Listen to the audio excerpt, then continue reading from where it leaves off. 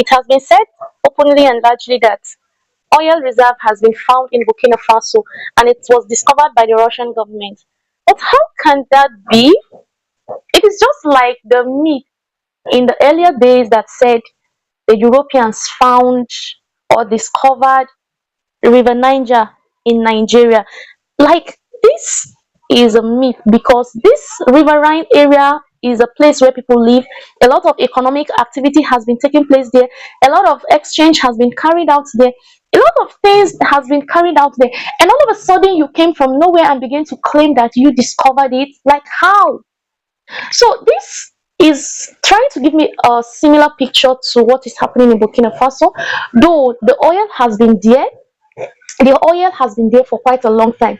I see this as the Europeans who use their advanced technology, advanced machines to predict and dictate how many barrels of oil is there. That is what is attached to being said that the Europeans found the oil in Burkina Faso. They discovering that it is 50 billion barrels of crude oil discovered in Burkina Faso doesn't mean that they were the originators or the people who discovered the oil. It could be that their machines, their instruments were used to know the quantity, the quality, and the durability of that oil and how it could serve that country. So before I talk off key, let's take a look at this glimpse and we'll see what we have from there. Buried deep beneath the soil of Burkina Faso, vast reserves of high-quality crude oil have been discovered, a resource that could change the fate of any nation overnight. But when Western corporations came rushing in, eager to sign billion-dollar drilling deals, President Ibrahim Traoré did the unthinkable. He stood before cameras, his voice calm but firm, and said, "This oil is not for the West. It's for our children, our future, and the people of Africa." That one statement sent shockwaves across Europe and the US. Multinational oil companies, used to striking quick deals and extracting billions, were told, no, not this time. Instead, Traoré made a bold declaration. We will develop it ourselves. Africa must no longer be the supplier of raw wealth for others to enjoy while our people remain in poverty. And just like that, a new era began. Traoré launched the first African-owned energy project in Burkina Faso's history. He partnered only with local engineers, African scientists, and neighboring nations willing to collaborate fairly. Traoré promised thousands of jobs for local youth, schools and hospitals funded by oil revenue, clean energy innovation centers for future generations, and zero tolerance for exploitation. What's more shocking, he refused a $1.2 billion proposal from a Western company, choosing African independence over quick money. Western media outlets are already calling him unpredictable. But millions of Africans are calling him something else. The president we've been praying for. In a continent rich in resources but drained by outsiders, Traoré is breaking the cycle and inspiring the entire continent to rise. This isn't just a story about oil. It's about courage, vision, and a new Africa that refuses to bow. You know, a lot of times we have been made to believe a lot of fallacy, a lot of lies, a lot of rumor, a lot of manipulation. We have been made to believe that we are primitive and nothing good can come out of us, Africa. But I tell you, it's a big lie from the pit of hell.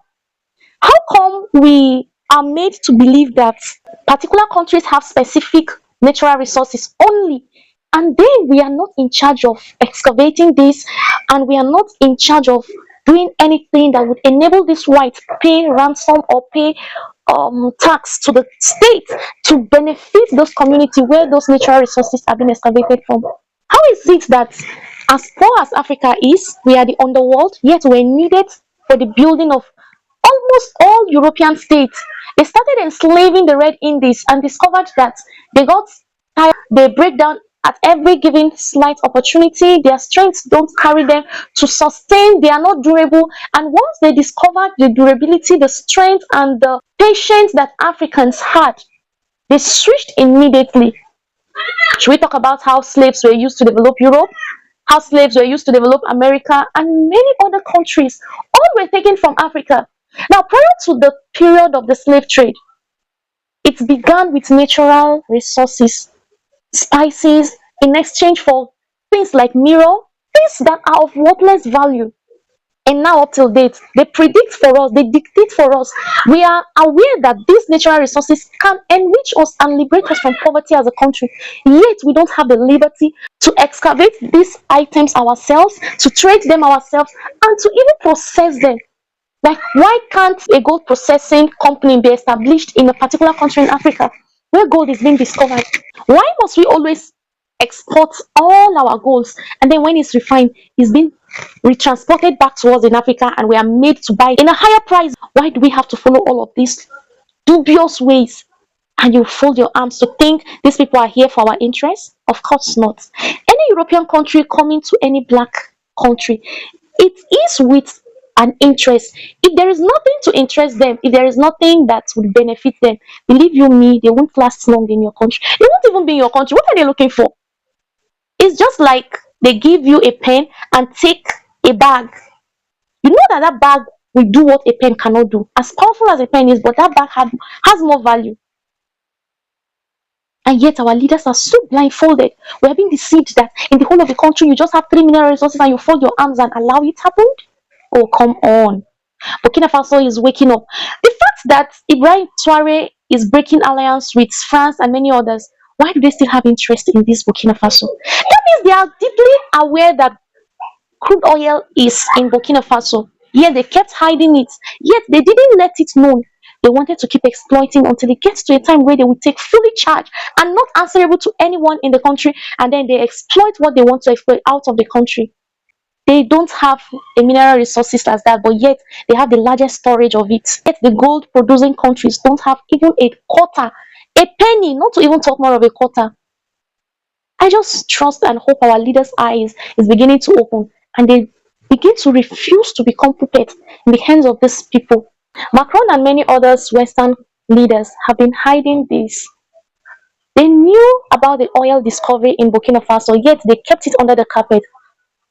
The recent meeting held in Moscow, Russia had to come out publicly to say that they are in support of the Sahel countries. They want to train their soldiers, they want in ammunition, in fighting skills. They want to really see that they support the soldiers. Yet they are not happy with this. It takes a superpower to threaten another superpower. Even though we are not putting our confidence completely in these European countries, but at least we've seen one who is ready to stand in and speak the truth.